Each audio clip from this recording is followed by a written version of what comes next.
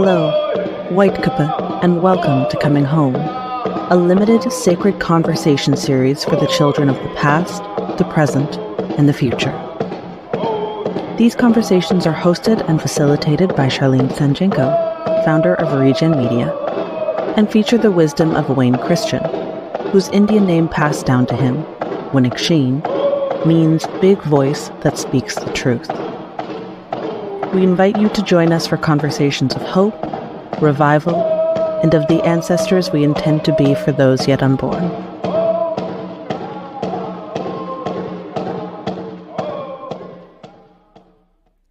Wenecwtsin, I am so grateful to you and for our conversations. I deeply appreciate the wisdom and the knowledge transfer of Indigenous teachings that you have been so generous to share with me. And one of the most profound lessons that you've taught me thus far in our friendship is that we can heal ourselves and our families in 3 generations if we choose to keep this a sacred priority. And so today, in conversation with you, Chief Wenecwtsin, I hope you'll share your thoughts about intergenerational healing and how we move forward from here in a good way for our families, for our communities, and for our future.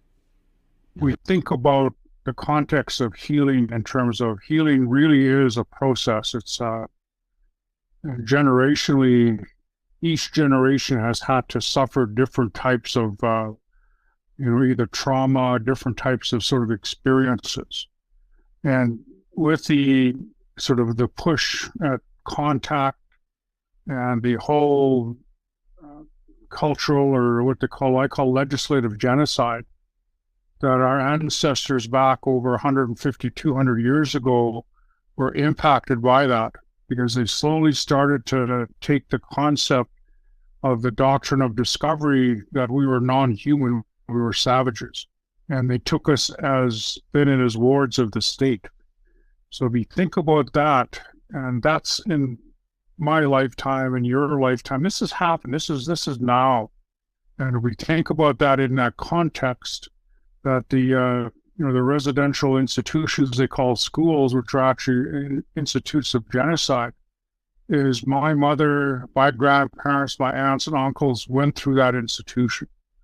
I didn't go through that institution. I was impacted vis-a-vis the next generation, which is the 60 school, like yourself, the intergenerational impact of the residential schools. So then if we think about that we're in that place right now, okay, what do we do with that? All of this pain and suffering and all of the things that our people have gone through. And if you boil it right down, it's really, what am I, in my case, as a father, a grandfather, an uncle, what am I going to do about myself? Because I've learned that you can't take people or lead people down a path if you've never been down that path yourself. It's like when you go on the mountain, you're looking for a path. And sometimes you go one way, if you do a lot of hiking, you sort of weave your way through. Before you even get there, you just sort of weave your way through. If there's no trail, you make a trail. And that's what healing is kind of like. Sometimes you come to dead ends. Sometimes you have to go over things. Sometimes you got to go under things. Sometimes you have to go around. And our generation, my generation, is really about that place. We're finding a path to recover who we were before contact. Take the initiative to change the narrative, change the story by taking hold of that pen and doing what we can to educate ourselves, but to educate our families and others, to go through a process of who we really are as a people, not who we were told we are. And so in my lifetime, what I've been doing is giving voice to the fact that, no, we're still here and we'll continue to thrive. And part of that whole process is to heal myself so I can, my sons, my grandsons, my grandchildren, my great-grandchildren will have a different path. That trail over the mountain or through the valleys, it can be seen now. They don't have to go looking for it. I've worn a path.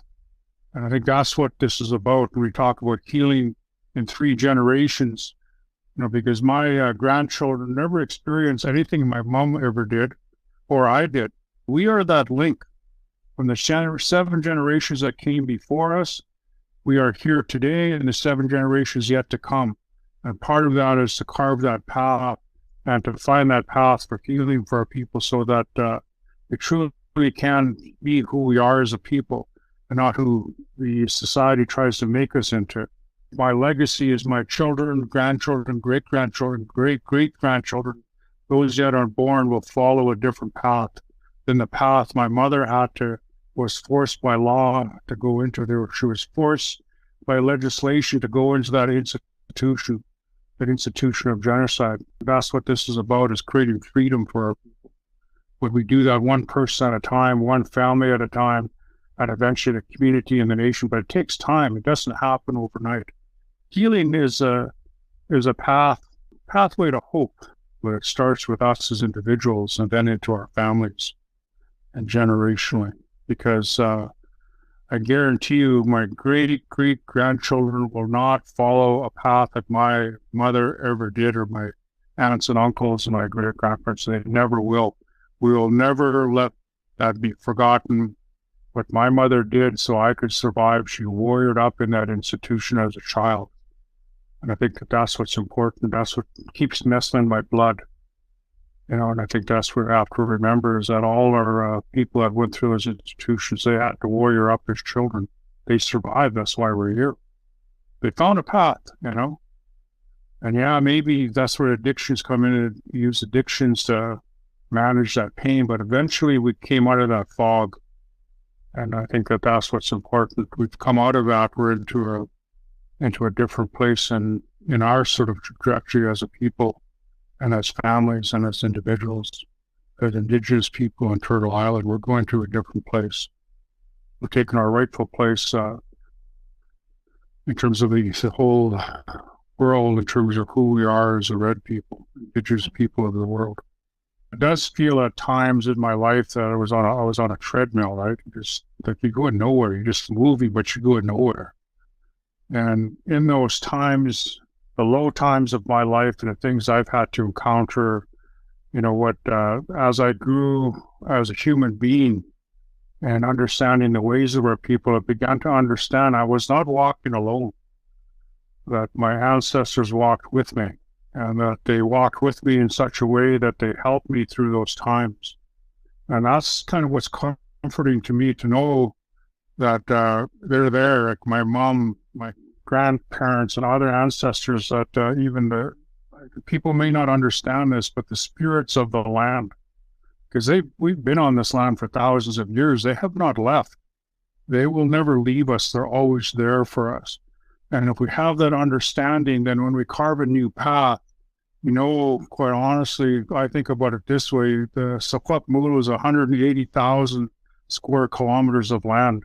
And I'll say this, that not 1 square inch of that land has not been touched by our people, because we were here for thousands of years. So all over the land, our people have been. So when we go out and we do what we do on the land and different places, we know that our ancestors are there. So that to me is what really keeps me going, is knowing that whole process is what we've been taught, and how do we honor that. Every time that an animal gives their life so they may feed us, that spirit of the animal, we offer thanks to it, but it goes into the spirit world and it walks alongside. And that's why it's so important, that concept of understanding spirit.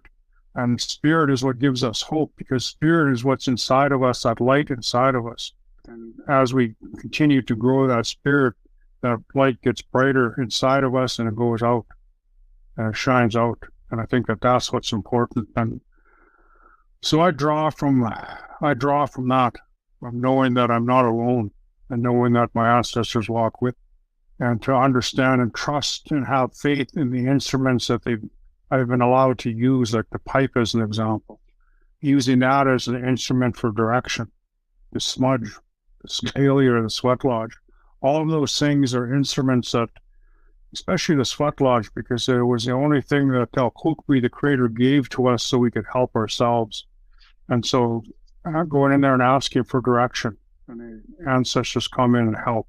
You see more and more of our people moving towards back to our way of life, not to our culture, our way of life.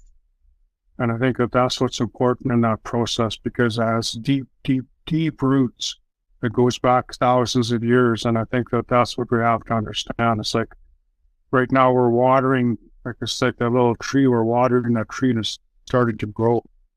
And the roots continue to go deeper and deeper. And like I said, I have a real belief in prayer. I have a real belief in ceremony. And that's what keeps me going. When I stumble, it's what picks me up. And when I can't see where I'm going, it's what clears the path. And sometimes it shines a light on the place that I need to go. And so I think that that's what it is for me, and that's what gives me hope. It continues until the day I leave this earth, that it'll continue to give me that kind of hope for those coming behind me, because they are coming behind me. And so I'm trying to light the paths for them. Thank you for joining us for Coming Home. This episode was brought to you by reGEN Media, the first and only Indigenous-owned and female-led wraparound ecosystem that facilitates the creation, funding, and distribution of regenerative media projects through a relational filmmaking model. Together, we aspire to turn the page from the last darker chapter of our history to the next, more hopeful and empowering chapter. Visit us again next time for more shared wisdom, knowledge, and another conversation. For more information about Coming Home, reGEN Media, Wenecwtsin, and more, visit regenimpactmedia.com. Until next time, puru and goodbye.